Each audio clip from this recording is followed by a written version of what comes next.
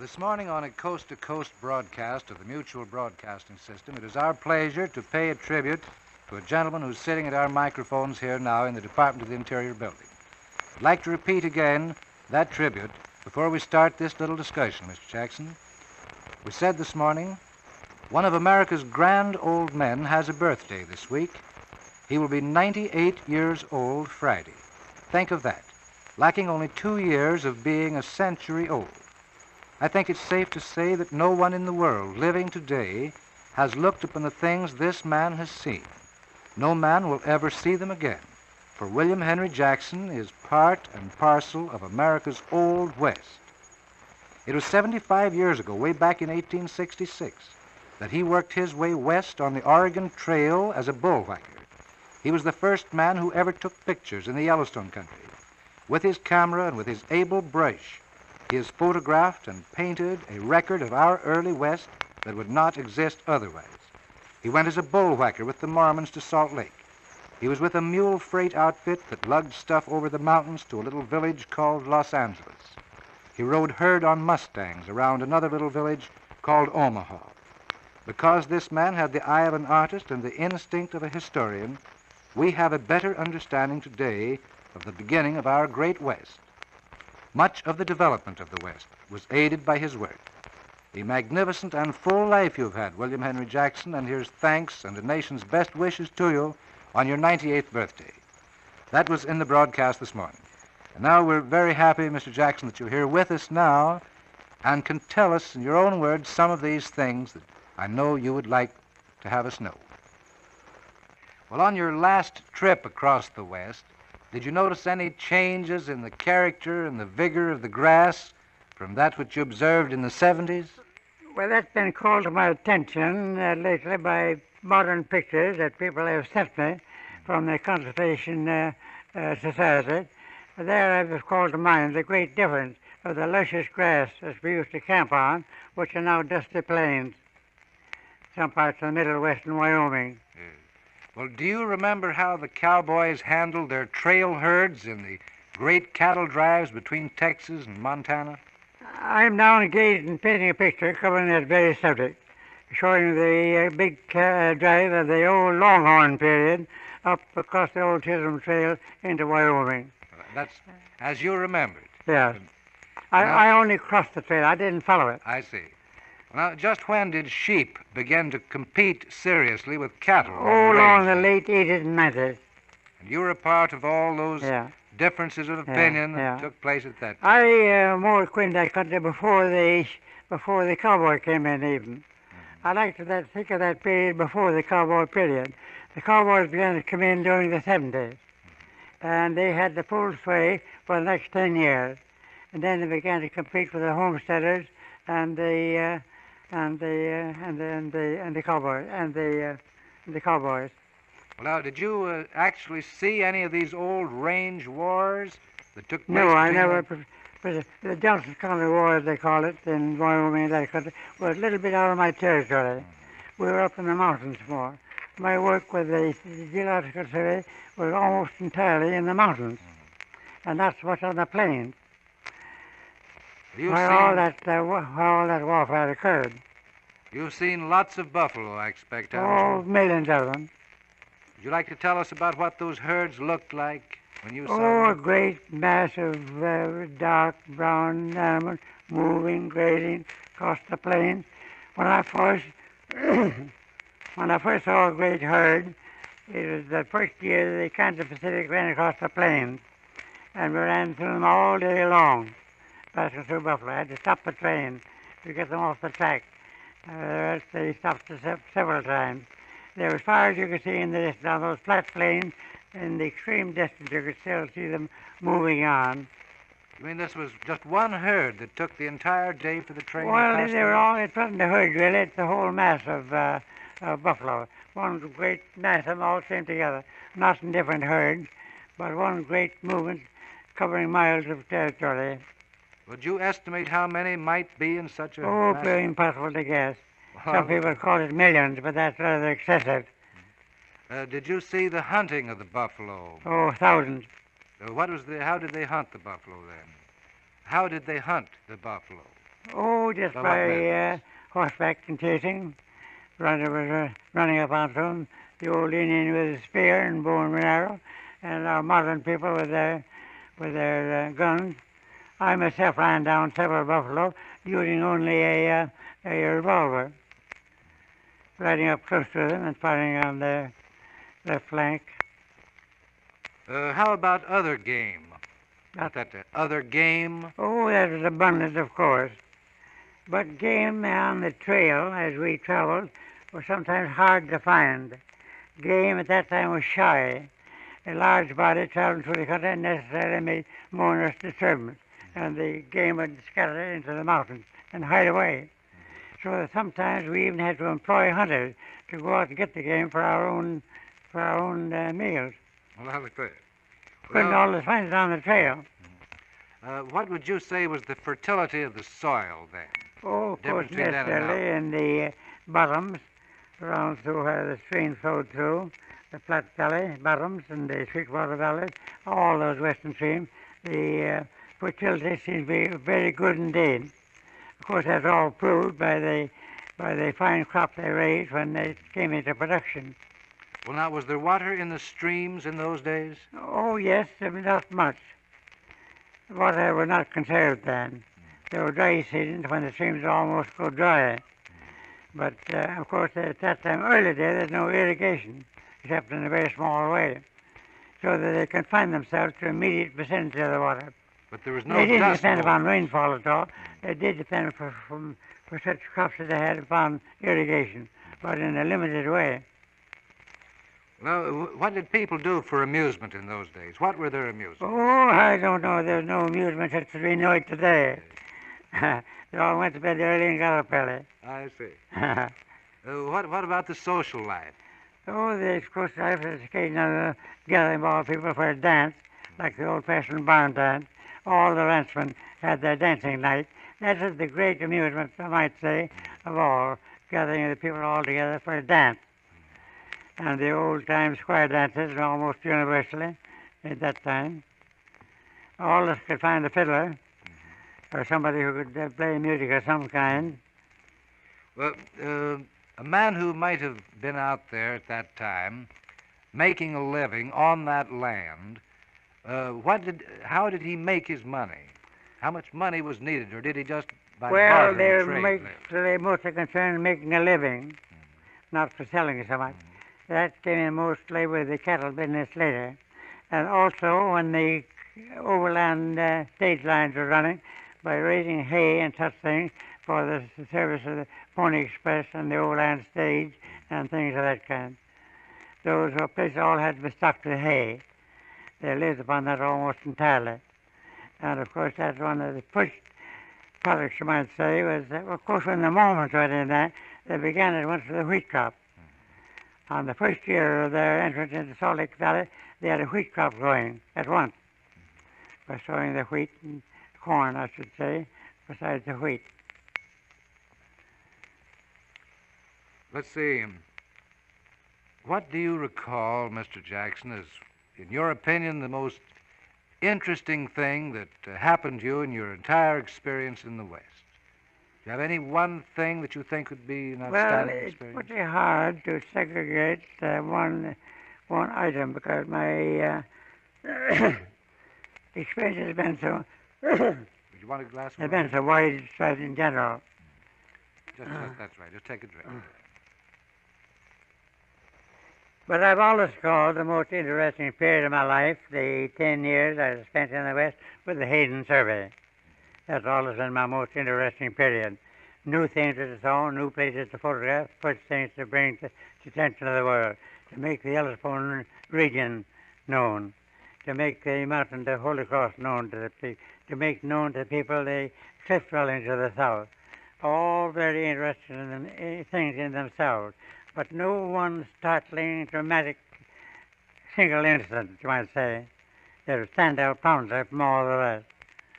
You have probably been the first man to have looked upon, or the first white man at any rate, to have looked upon many of those natural wonders out there, have you not been? Well, in a way, not the first to look upon them so much as to perpetuate them in pictures, pretty hard to say in this America of ours where a man has not been. Well, that's true, But too. we're among the first people to follow on the tales of those unnamed people, trappers and people of that kind, who may have seen these things.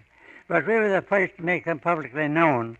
Well, what were some of those things that you made known for the first time to the rest of Well, the country? Yellowstone, Holy Cross, the cliff dwelling, the main Rocky Mountain chain of peaks, Fremont's Peak, and all those big, the Teton Mountains, all those prominent features today in the scenic wonders of the West. I have seen some of those pictures you've made, Mr. Jackson, made on the tops of mountains, where you knew that it must have been tremendously difficult just to get to the point and carrying That was the main equipment part that of you my had. experience with the Hayden survey, was carrying that cumbersome, very weighty photographic apparatus to tops of high peaks. The apparatus for making pictures mounted to fully 100 pounds of weight you had to carry up. Of course, I had to have assistants. There's generally three of us. We'd carry our pack animals up the mountain as far as we could. Then we'd distribute their loads to our own soldiers, to our own shoulders, and carry it to the tops of the peaks. I covered pretty nearly all of the high peaks of Colorado in that way, from including Fremont and all the high peaks of Colorado, and carried up my water and all the apparatus and the cameras and everything of that kind for making the pictures. Sometimes I had to spend nearly all day on top to get pictures between intermittent storms that come over the peaks. And now these days we think it's quite an achievement if a man goes up there carrying a minicam with him. Oh, it's playboy time. Playboy time. Would you tell us something about the way you had to make pictures in those days? Some of the way you had to make pictures, how you made the exposures. Briefly, our old process before 1880, when the dry plate came into being, was what we call the wet collodion process. We carried out clean glass plates, a whole lot of them, a whole lot of chemicals, collodions and developers and iron solutions and acid solutions and everything again, filters and trays and bottles and everything of that kind, besides a portable darkroom to work in. We had to go into that little tent, take one of those clean glass plates, floor it with a collodion, immerse it in a silver bath of nitrate of silver, and while still wet, put in a plate holder and exposed in the usual way. Then it had to be developed immediately after it while wet, and the plate dried as well as we could, stored in a grooved box to protect it in that condition, and in camp had to be clothed with a protective varnish and packed away. I have tried, on one occasion, by coaching my assistants, see how quickly we could make a picture from the arriving at the point where I wanted us to be made. We had to unpack the mule, of course, and distribute the apparatus, set up the tent, get the camera ready, and then I'd go into that little tent and coat my plate and prepare it for exposure. And after development, it is packed away, as I have said, and then put on the mule again. Under such conditions, with two assistants working with me, I've taken 30 minutes to make a picture, but ordinarily it takes more time than that. And once located, why, of course, you can make a number of pictures with a comparatively short time. Exposure on the plate at that time averaged all the way from sometimes even to 1 second up to 5, 10, 15, or 20 seconds for an exposure. Extreme cases up to minutes instead of seconds. I expect in those days out there you've photographed many people, have you not, who've been a part of our West, of our early history? We didn't photograph many people, many groups. We were rather limited on that account. We were outfitted for just about so much work. We couldn't carry only a fixed quantity of glass, because that is heavy. We generally had, as I might say, for a season's work, about 400 glass plates. And we were intent upon the scenery. We didn't care about our own party. Didn't care about what they did themselves individually. We were interested in what they saw, new places, things of that kind. And towards the end of the season, if there were still things to be photographed that had not been taken, well, we'd wash off from the old group picture and use them for scenery. Of course, the scenery remained, but the people had passed, much to my regret in some cases. You must have known and been acquainted, at any rate, with a lot of those characters of the early West, were you not? They were not prominent in those days. We didn't think much of them. And it was all just one of us at the same time. And of course I met nearly all the prominent people, at least now the well-known people of that period. You'd like to mention some of those people of that day? Uh-huh. Would you like to mention some of those people of that day who played a part in making the West? Oh, of course, there's first of all our old geological survey people. Besides Hayden, there's Powell, and there's King, and there's Wheeler, and all the people associated with it. And of course, nearly many of the old well-known scouts that figured largely in the undercover period of the West, like Bill Hickman and Cody and people in Cheyenne and Denver, who like Matt Madison and some others, Masterson, some of those people whose names I don't recall just now. But they're all circling more or less during that late 1670 period. Well, Mr. Jackson, I just wouldn't know the questions to ask you to bring out the things that I know you'd like to say.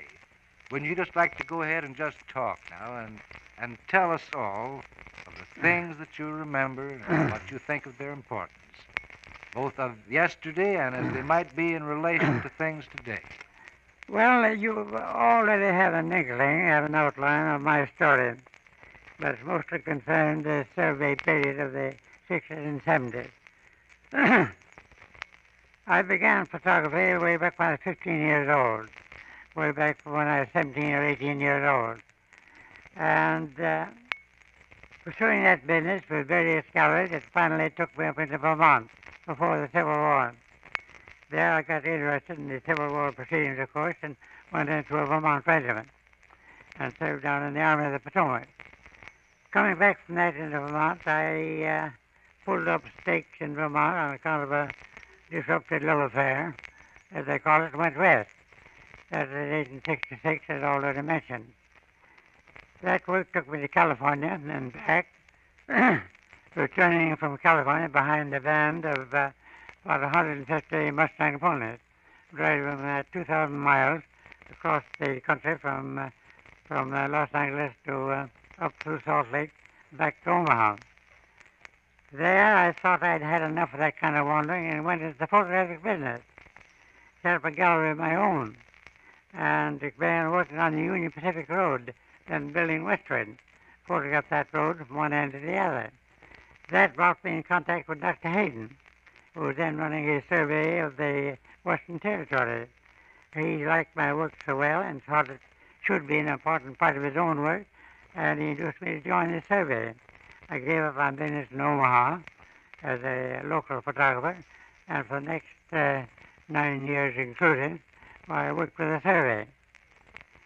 That, as I said, as I already mentioned, covered the most eventful period of my life, really. And from that time, when I quit the survey, I left Boston and went to Denver and set up a business for myself. My work from that time began with the rapid development of the Western railway system, branching out everywhere all over the West, Colorado especially, with the Rio Grande and the Santa Fe and the Southern Pacific, all those roads. They furnished me with private cars, crews, and engine and all that. And during the next 15 or 20 years, my work was almost entirely in following up the development of the Western Railroad. During that period, of course, I made a great many pictures for exhibitions, particularly for the Columbian Exposition in Chicago in '93. After that, I prepared a series of pictures over the Baltimore, Ohio Road that I had made the previous year. The publicity agent of that road, after the completion of that work, he conceived the idea of taking me around the world with the Transportation Commission, so-called. So in the latter part of '94, with a party of 5, we started abroad and spent the next 18 months going all over eastern continent, from all the way from England over to the far points of the Far East, down to Australia and the Philippines and the Japan, and finally to Vladivostok on the Pacific, and returned from there overland by sledge in the wintertime, making a 3,000-mile trip over the snowy roads of eastern Siberia, photographing all the way. Those pictures, by the way, being published in Harper's Weekly during that period, weekly in all the issues of that paper during the latter part of '95 and '96. That was one of my longest trips of that kind. because we took the whole route from Vladivostok to Moscow in covering that trip in that year. Returning from that to New York, well, we came back in the Depression period of the 90s, late 90s, and that kind of threw me out of business. Until finally I joined in as a color printing concern and went to Detroit in 98, and for the next 25 years I engaged in color printing business, converting these photographs largely into color views, postcards largely. We turned out millions and millions of postcards, using all my old negatives made during the previous 40-odd years. I understand that you're the father of the postcard, Mr. Jackson. Well, that is a far-fetched assumption, I think. When I was in the Army, I sent home in every letter a little picture the size of an envelope that I'd drawn out. Oh, a whole lot of them. And when I came home, I gathered them up to show again. Being a picture similar to the postcard, to the card picture, it might have been assumed that the first of the postcard, although not mailed as such, although it was mailed in an envelope. I made a great many. The writer in the Post here in New York presumed that to be the origin, but I couldn't say. I don't think they were logical an origin as. What's that? I think that's as logical an origin as anyone else can say. But I don't know when the picture had been used for that purpose before that time. The little picture cards made different sizes and so on, but not the size of an envelope as a picture card as we know them today. You've been responsible for a great many million people, I expect, then, saying, wish you were here, sending the picture of where they were. In connection with your trip around the world, Mr. Jackson, since your eye had been for natural beauty, primarily, and you'd had the opportunity of seeing a great deal of our country and then the opportunity to see the beautiful nature spots of other countries. Yeah. What, in your honest opinion, is the comparison there? Is America a beautiful country? Well, the scenic part of America is pretty well done. Photographers now are more intent upon Hollywood and their latest interest now on the scenery of the country. How would you I'm not say in sympathy with. I've been a landscaper, and a nature of scenery unadorned in the country. Well, how would you say that our American scenery compares to the scenery of other nations? Oh, there are little spots of it that are equal to and as attractive as anything you have abroad. Take the Jackson Hole country, for instance. Take our Yellowstone, which is unique. Take our Grand Canyon. Take our Yosemite. Things that cannot be paralleled anywhere else. And I think that we have here great an attraction that way, of course, as they have abroad. Of course, we haven't the Grand Alps, or haven't the Himalayas, and a great many things we haven't. But to have things equally attractive in a way, I think. People talk about the centenary of my work in the United States. I'm very happy to have it linked up here with the Geological Survey.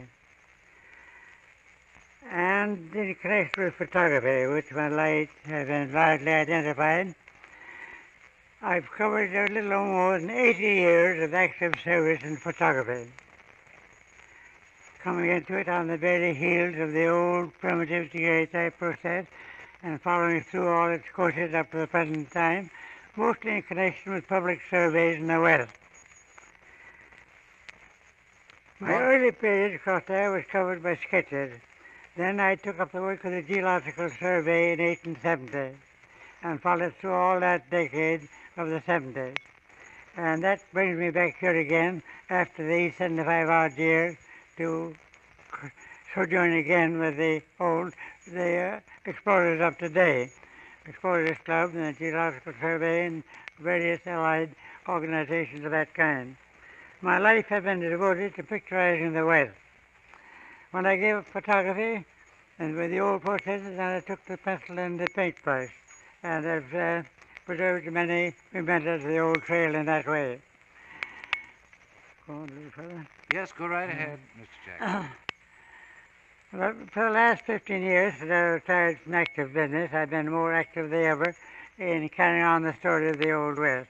That's been largely in connection with the work of the Oregon Trail Association, covering my original route across the continent, as well as picturizing it now for future records of the old West. Because I bring to it not only my original work in sketches and so forth, but the memory of all those things which are still fresh in mind, and able to carry on the old story by picture and other means of that kind. It's been a great pleasure to meet the boys of the Geological Survey here. I come here pretty nearly annually, although my home is now in New York. But I keep alive the old story, and from here I go west every year, still following the old trails, from the Missouri River to the coast, as we call it, by foot and airplane and motor car and every imaginable way you can think of. I've covered, I think, pretty nearly every way of traveling across the continent. Well, I want to thank you very, very much, Mr. Jackson, for coming up here and giving us this opportunity of having your voice put here in this transcription so we may know these things. Yeah. Thank you. Thank you very much. This electrical transcription is an interview with William Henry Jackson made on the eve of his 98th birthday and recorded in the radio studios of the Department of the Interior Thursday, April 3, 1941. Mr. Jackson was interviewed by Shannon Allen, director of the radio section of the Department of Interior.